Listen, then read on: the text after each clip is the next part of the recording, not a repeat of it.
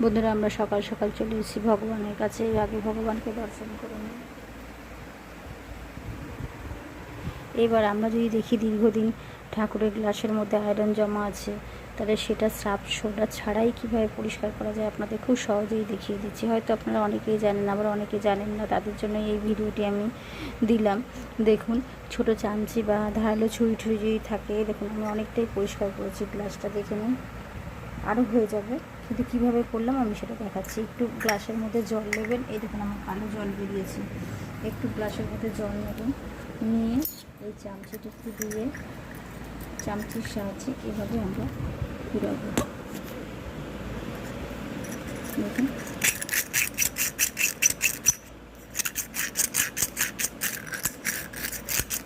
ধৈর্য ধরে করাতে থাকবেন, একটু করে জল দিয়ে মেঝে করে দেখাবেন, দেখবেন এরকম অনেক পরিষ্কার হয়ে গেছে গ্লাসটা।